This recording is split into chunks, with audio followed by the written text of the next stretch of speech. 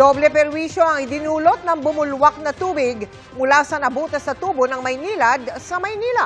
Nagpabahayan sa ilang lugar doon kaya nagsikip ang daloy ng trapiko. Libo-libong residente pa sa mahigit 40 barangay ang nawalan ng tubig gripo.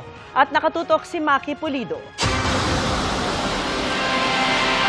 Walang ulan pero binaha ng ganito kataas sa Ligarda Avenue at mga katabing komunidad sa Sampaloc, Manila. Dito na yung mga lupa, nag-aangatan na yung mga lupa. Pasado 3:00 ng madaling araw nang bumulwak ang tubig mula sa tubo ng Maynilad sa tapat ng San Lorenzo Ruiz Catholic Center. Dire-diretso na po yung tubig, umabot na po sa looban po namin sa tabi po ng ilog at saka po hanggang doon po sa may Arellano University, sa kanto po ng Manrique Labanderos, bumaha na rin po.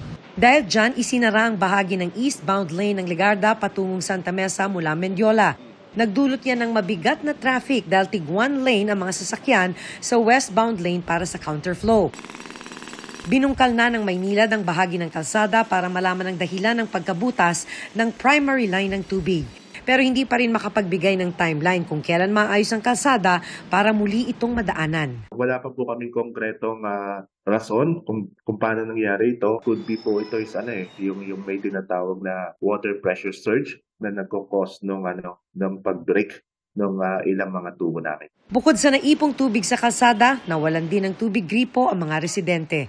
Si Jocelyn hindi na nakapasok ng trabaho bilang barangay health worker. May sa katawan, tsaka isa pa, pasyente ang hawak mo, ang kasama mo sa center, tsaka makikisalamuha ka, wala kang ligo-ligo. Kabilang ang bahay niya sa 6,400 water service connections sa 41 barangay sa Maynila na apektado habang inaayos ang tubo. Umaasa ang Maynilad na maibalik ang koneksyon sa tubig ngayong 7:00 ng gabi, pero buong araw na raw silang nagpaikot ng mga water tanker.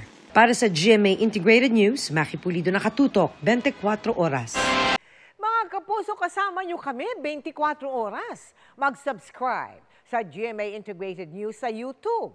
Sa mga kapuso abroad, bisitahin ang GMA Pinoy TV at www.gmanews.tv.